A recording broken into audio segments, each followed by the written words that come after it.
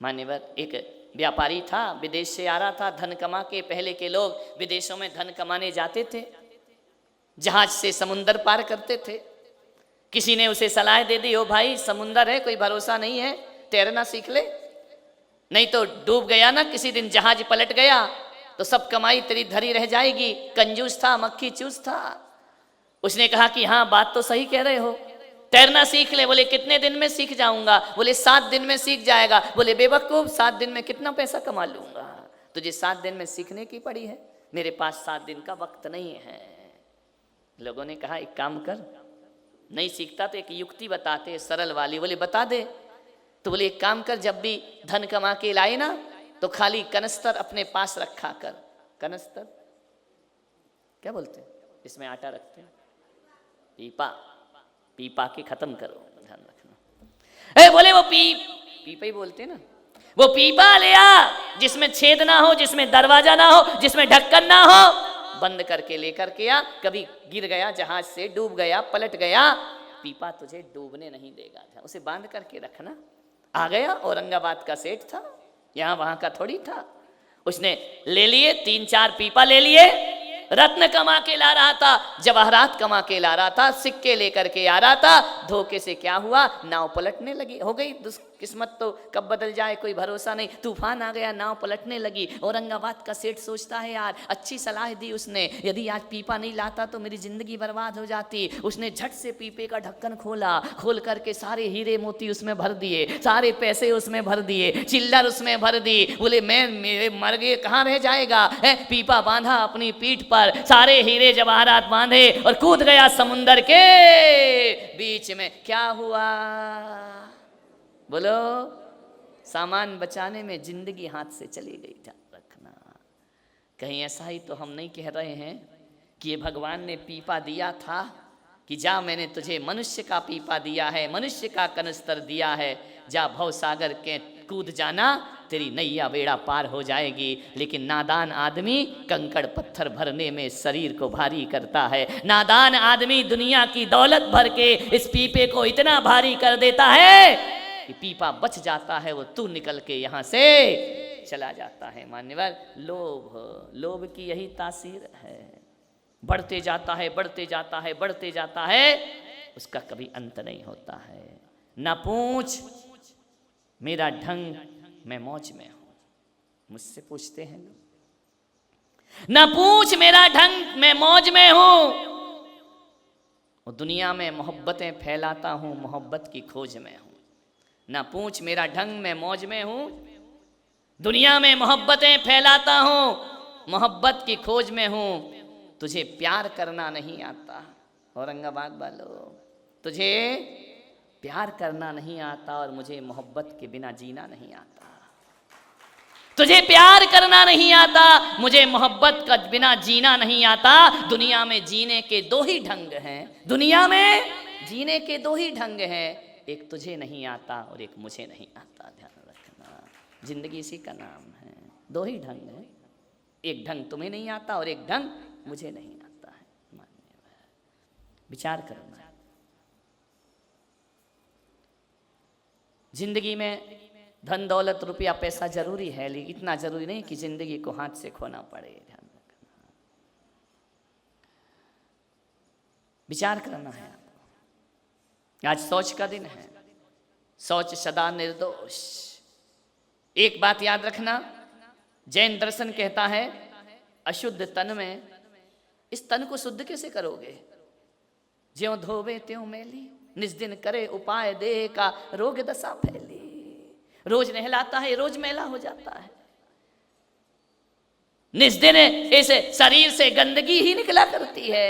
कितना भी खूबसूरत, कितना भी सुंदर, कितना भी खुशबूदार भोजन हो ना, इसका स्पर्श करते ही गंदगी में परिवर्तित हो जाता है। कितना भी इत्र लगा लो इस शरीर पर, थोड़ी देर बाद वो इत्र भी दुर्गंध में परिवर्तित हो जाता है। किस शरीर पर, किस सौंदर्य पर अकड़ता है आदमी?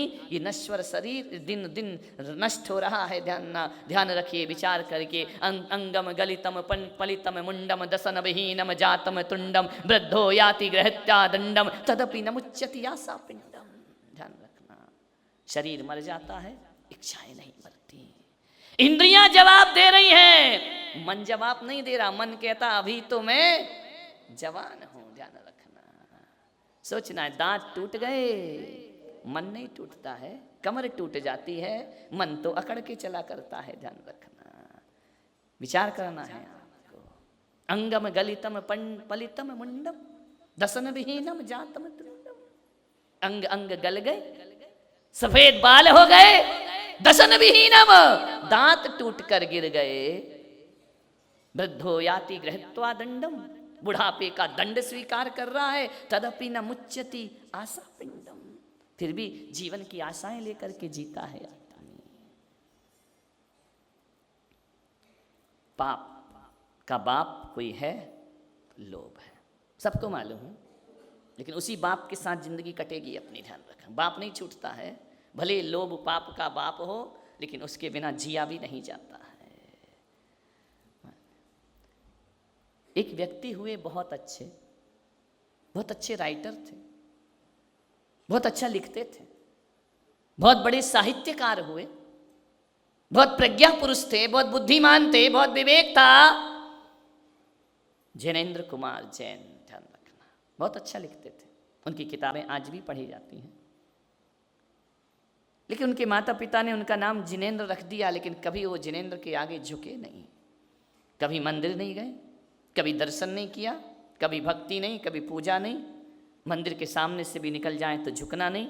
उन्हें लगता था ये सब व्यर्थ है, बेकार है, क्यों दुनिया में लोग वक्त बर्बाद किया करते हैं। उन्होंने कभी जिनेंद्र को अपना आराध्य नहीं बनाया, उन्होंने कभी किसी भगवान के दर पे अपना शीश नहीं झुकाया, कभी उन्होंने धर्म को अपने जीवन का आधार नहीं माना। लिखते थे, इसलिए बहुत कम लोग उनको जानते हैं। ध्यान रखना, क्योंकि समाज से नहीं जुड़े, मंदिर से नहीं जुड़े, धर्म से नहीं जुड़े। लेखक बहुत अच्छे रहे। एक दिन क्या हुआ, उनको लकवा मार गया, पैरालिसिस हो गया, अस्पताल में एडमिट हुए। जो उनको चाहने वाले थे वह उन्हें देखने को गए, मुंह टेढ़ा हो गया, हाथ पैर टेढ़े पड़ गए, जुबान पे लकवा मारा, कुछ नहीं बोल सकते। जो भी देखने जाता अपनी संवेदनाएं व्यक्त करता, मानवीयताएं व्यक्त करता। जैनेन्द्र कुमार देखते, दो आंसू गरम गरम आंखों से ढुलका देते। इसका मतलब था कि मैं तुम्हें पहचान तो गया हूं, लेकिन मैं तुमसे बोल नहीं सकता हूं। बड़ी भयानक स्थिति। तांता लग गया लोगों के, उनके प्रेमियों का, उनके मित्र मंडली का, उन्हें देखने के लिए। वो कुछ ना बोल सके। डॉक्टर ने से पूछा कि इनका इलाज, बोले कर रहे हैं, लेकिन मुश्किल है। पड़े पड़े बैठे हैं। जीवन भर जिसने कलम चलाई वो कलम नहीं उठा पा रहा है, कागज नहीं उठा पा रहा है, वो एक दो शब्द नहीं पढ़ पा रहा है। जिसकी किताबों को हजारों लोग ने पढ़ा, वो अपनी किताब खुद नहीं पढ़ पा रहा है, देख नहीं पा रहा है। 8 दिन तक अस्पताल में मौजूद रहे। डॉक्टर ने कहा कि जैनेन्द्र कुमार, तुम्हारा इलाज बहुत हो गया, अब तुम जिसे अपना आराध्य मानते हो उसका स्मरण करो, शायद वो परमात्मा तुम्हें ठीक कर दे। उस दिन लगा कि मैंने तो कभी किसी भगवान का नाम ही नहीं लिया, सुमरन ही नहीं किया है, किसी को अपना आराध्य माना ही नहीं है। पत्नी से कहा कि इन्हें इनके भगवान का, इनके धर्म के, ईश्वर का नाम याद कराओ, ताकि अपने जीवन को शांति से जैसा भी है विसर्जित कर सकें या जी सकें। उस दिन पहली बार जैनेन्द्र कुमार को लगा, सारी रात अकेले जब पलंग पर अस्पताल में लेटे रहे, जब कुछ भी नहीं कर सकते, तब उन्हें लगा कि शायद लेना चाहिए भगवान का नाम। जैन कुल में पैदा हुए थे, कुछ आता हो या ना आता हो, हर जैनी को नमो अरिहंताड़म कहना तो आता ही है ना। चाहे मंदिर जाए, पूजा करे, पाठ करे, ना करे, नास्तिक हो, आस्तिक हो, धर्म से कोई मतलब ना हो, उसे कुछ भी ना आता हो, लेकिन नमोकार मंत्र तो हर जैनी को आता है। ये हमारे माता पिता का उपकार है कि पैदा होते ही हमारे कान में नमोकार मंत्र फूंक दिया जाता है। ध्यान रखना, माँ बाप जानते हैं ये कैसा बनेगा, इसका भाग्य लेकर आया है, अपना प्रारब्ध लेकर के आया है, लेकिन हर माता पिता का फर्ज हुआ करता है, उसका प्रारब्ध कुछ भी हो, चाहे वो नरकगामी हो चाहे स्वर्गगामी हो, हमारी समाज के आचार्यों ने व्यवस्था दी है, उसकी होनहार जैसी भी हो, लेकिन माता पिता का फर्ज है 45वें दिन किसी आचार्य के पास जाकर कान में नमोकार मंत्र से सुना देना चाहिए। आचार्य मिले या ना मिले कोई जरूरी नहीं है, जिनेंद्र भगवान के चरणों में डाल दो और नमोकार मंत्र, ये तुम्हारी ड्यूटी है माता पिता होने के नाते, ये आपका फर्ज है, ये आपकी मातृत्व भाव है, ध्यान रखना। उसको नमोकार उसके माता पिता ने सिखाया था। पहली बार बोले नमो अरिहंताणम, पूरी जिंदगी गुजर गई 60 साल 70 साल, बचपन के बाद कभी नमो अरिहंताणम नहीं बोला, लेकिन ऐसा संस्कार मिला था जिनेंद्र के चरणों में, उसने जिंदगी में दोबारा नहीं बोला, लेकिन वो भूला भी नहीं। ध्यान रखना, नमोकार मंत्र कोई भूलता है क्या? एक बार याद कर ले, एक बार सुन ले, आदमी सारी चीज भूल सकता है, लेकिन नमो अरिहंताणम कोई जैन कभी भूल नहीं सकता है। दुख में, सुख में, आनंद में, प्रशंसा में, निंदा में, हर जगह विपरीत परिस्थिति हो, अनुकूल परिस्थिति हो, आदमी को कुछ आए या ना आए, नमोकार मंत्र से जरूर नमोकार। ऐसे कोई बैठे मैं उनके दर्शन कर लूं जिसको नमोकार नहीं आता हो?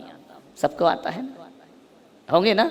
एक आध आत्मा हो तो मैं नैनों को तृप्त कर लूं उसे देख करके, जिसको नमोकार नहीं आता हो। हर किसी को, गरीब हो अमीर हो, नमोकार तो सबको आता है ना। पहली बार बोले नमो अरिहंताणम। सुबह नर्स ने देखा इनके हाथ पैर में हलन चलन हो रहा है, डॉक्टर आया चेक करने, उसे नर्स से कहा कि तूने कौन सी गोली दी है इसको, कौन सा इंजेक्शन दिया है? बोले मैंने कुछ नहीं दिया, ना दवा ना गोली, जो रोज चल रही है वही दी है।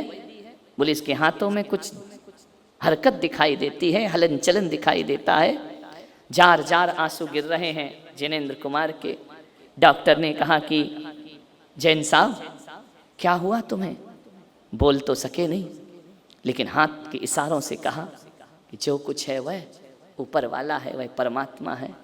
कहते हैं कि थोड़ी देर बाद जैसे नमोकार की धुन लगती है, आप सोचेंगे, आश्चर्य मानेंगे, कोई कहानी नहीं, हकीकत है, वह जिनेंद्र कुमार जी की आवाज़ वापस आ जाया करती है। पहली बार उन्होंने नमो अरिहंताणम बोला, पहली बार प्रभु का स्मरण किया, वाणी आ गई, फूट फूट कर रोए जिनेंद्र कुमार जी, इतना रोए, बड़ी बड़ी विपरीत परिस्थितियों में जिसके आंसू नहीं आए, कष्ट में जिसके आंसू नहीं आए, आज बहुत रोए जी भर के। पत्नी ने कहा अब क्यों रोते हो, अब तुम ठीक हो रहे हो ना?